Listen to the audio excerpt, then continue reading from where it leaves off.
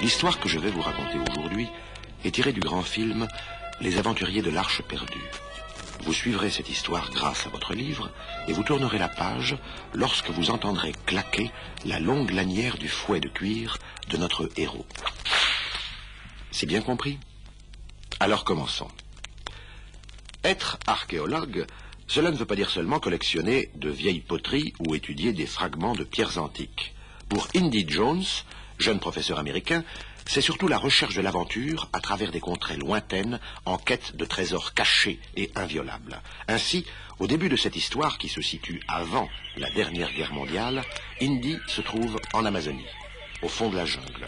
Il a découvert un temple antique qui abrite une statue sacrée en or massif. À l'instant où, avec 1000 précautions, il commence à la déceler, les murs de la grotte qui l'abrite se mettent à trembler. Indy comprend qu'il vient de déclencher un mécanisme secret prévu pour protéger l'idole.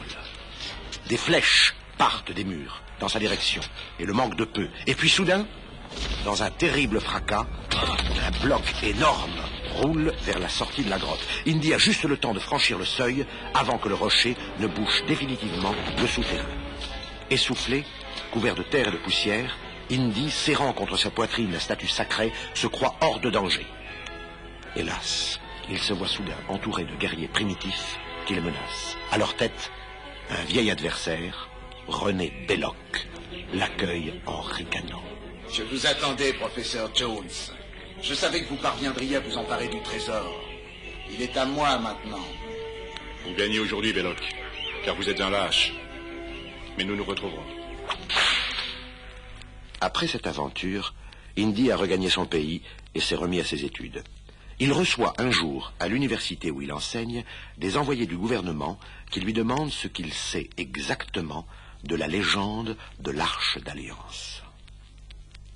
On dit que l'Arche d'Alliance était l'arche sacrée qui avait servi à transporter les 10 commandements. Elle avait de ce fait des pouvoirs surnaturels. On croyait même que toute armée qui l'emportait dans ses combats était invincible. Voilà pourquoi nous devons retrouver cette arche avant les agents nazis de Hitler. Ils sont à sa recherche. Mais ne vous affolez pas. Je sais que rien ne pourra se faire sans le médaillon mystérieux qui permet de déterminer l'emplacement exact de l'arche. Et moi, je sais où trouver ce précieux médaillon d'or. Et voilà Indy reparti vers de nouvelles aventures. Il rejoint les Indes par avion et gagne un petit village des montagnes du Népal.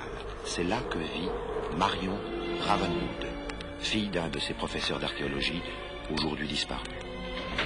Indy, oh, je savais que vous reviendriez un jour. Mais vous semblez atterré, que se passe-t-il? Il faut nous aider, Marion. Je vous expliquerai. Pour l'instant, dites-moi vite où je peux trouver le médaillon de la secte de Ra découvert par votre père. C'est par lui que nous pourrons atteindre un trésor inestimable.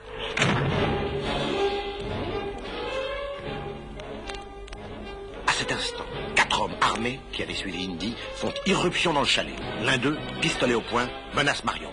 Coleraine, ce médaillon sera pour nous. Il nous le faut. Rapide comme l'éclair, Indy, qui ne se sépare jamais de son fouet tressé, arrache d'un coup le pistolet de la main du bandit. J'ai le médaillon sur moi, Indy. Fuyons. Marion et Indy, débarrassés de leurs poursuivants, décident de quitter le Népal sans retard pour gagner l'Égypte. Indy sait que la source même du mystère est là-bas, dans le désert qui entoure le Caire, le tombeau des âmes. C'est le lieu sacré où les archéologues situaient le dernier emplacement connu de l'Arche d'Alliance. Au Caire, Indy et Marion retrouvèrent l'un de leurs amis égyptiens, homme loyal et courageux, qui portait le nom de Salah. Les nazis se sont déjà mis au travail ici. Les fouilles les ont déjà conduits à une chambre enfouie sous terre depuis l'Antiquité. On l'appelle chambre des cartes. Le jour suivant, tandis que Marion et Indy traversaient un marché de la ville, 2 espions nazis, aidés par des hommes de main, essayèrent de les capturer. Indy évita de justesse leur couteau, mais Marion fut prise et jetée dans un large panier d'osier. Le panier fut balancé sur le plateau d'une camionnette, Indy tira sur le conducteur, le véhicule fit une embardée, capota et prit feu. Indy assista, impuissant, à l'explosion, sans pouvoir approcher. Selon toute apparence, Marion avait péri là, sous ses yeux. Désespéré, titubant, hagard, Indy pénétra dans un café et s'accouda à une table, dans la pénombre. À peine assis, il fut rejoint par son vieil ennemi, Belloc, toujours présent à l'instant critique. Encore vous? J'aurais dû me douter que vous aideriez les nazis. Je suis prêt à tout pour m'emparer de l'Arche et connaître sa puissance. Déterminé à devancer les nazis, Indy, vêtu en paysan égyptien, s'introduisit par ruse, aidé par Salah, dans la chambre des cartes. C'était une salle étrange, à peine éclairée par une lucarne, et dont le sol était occupé par toute une ville miniature, bâtie selon un plan très savant. Indy comprit que l'un des bâtiments était la clé de l'énigme. Il fallait le trouver. Indy fixa le médaillon au bout d'une longue perche, l'inclina selon un certain angle, sous la lucarne, et attendit que la lumière vînt le frapper. Anxieux, il se demandait s'il ne s'était pas trompé, quand un rayon de soleil traversa le cristal au centre du bijou et éclaira l'un des petits bâtiments. C'est là. Oui, c'est là la source des âmes.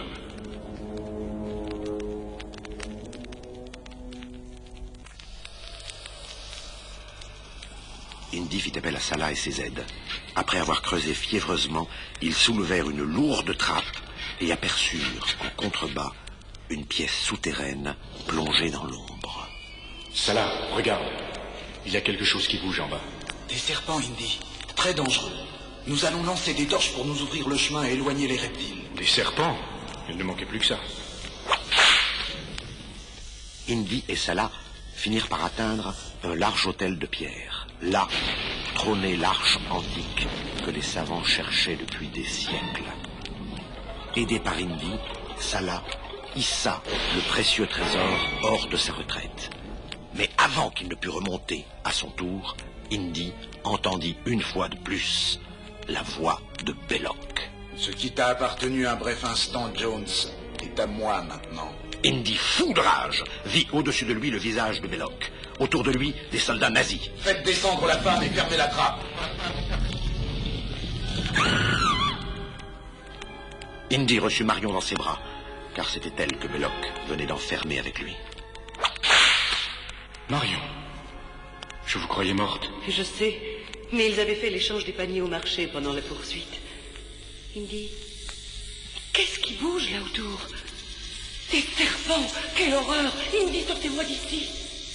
Lorsque les torches cessèrent de brûler, Indy grimpa sur le socle d'une des statues géantes de pierre et dit à Marion de se préparer à fuir. Puis, s'arc-boutant contre la statue, il parvint à la renverser.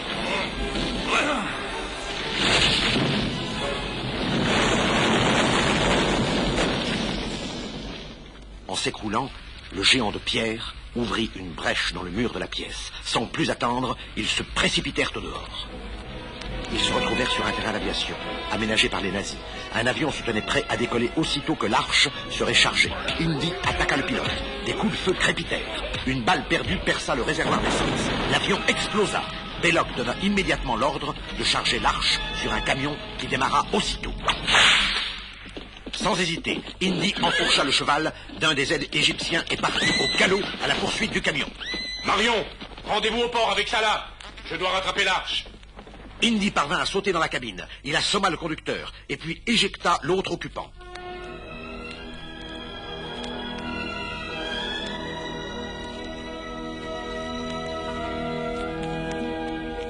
Bientôt, arrivé au bord du Nil, Indy retrouva Salah, qui avait déjà préparé leur départ, à bord d'un bateau ancré près de la rive. L'arche fut hissée sur le pont. Ils naviguèrent un jour et une nuit avant d'atteindre la haute mer. À l'aube, soudain, les moteurs stoppèrent. Indy, réveillé, se précipita sur le pont. Il vit que le cargo avait été arraisonné par un sous-marin nazi. Dissimulé derrière un amas de cordage, il assista au chargement de l'arche à bord du submersible. Marion, prisonnière, quitta aussi le bord sous escorte. Au moment où le sous-marin commençait sa plongée, Indy se jeta à la mer et parvint à se glisser dans une tourelle sans être vu des nazis. Le sous-marin atteignit bientôt une île voisine.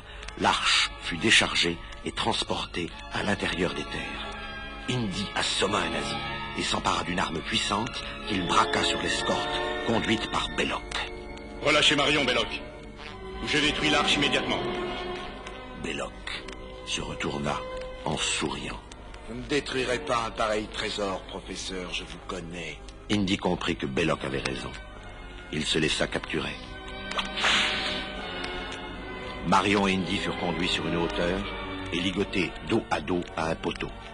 L'arche fut placée à quelque distance de là, sur un autel de pierre. Marion, je vous en conjure, quoi qu'il advienne, ne regardez pas l'arche. Fermez les yeux très fort. Alors, Belloc, inconscient, fit déceler le couvercle de l'arche et le souleva. Ébahis, les soldats nazis virent surgir des silhouettes fantomatiques qui émergèrent de l'arche et se mirent à flotter dans le ciel incandescent. L'arche s'illumina d'une clarté fulgurante. Des éclairs de feu fusèrent. Tous les assistants, groupés autour de l'arche, furent transformés en torches vivantes. Un vent brûlant s'échappait de l'arche. Puis soudain, la tempête cessa. Le couvercle se rabattit et tout redevint calme. Seuls Marion et Indy étaient encore en vie.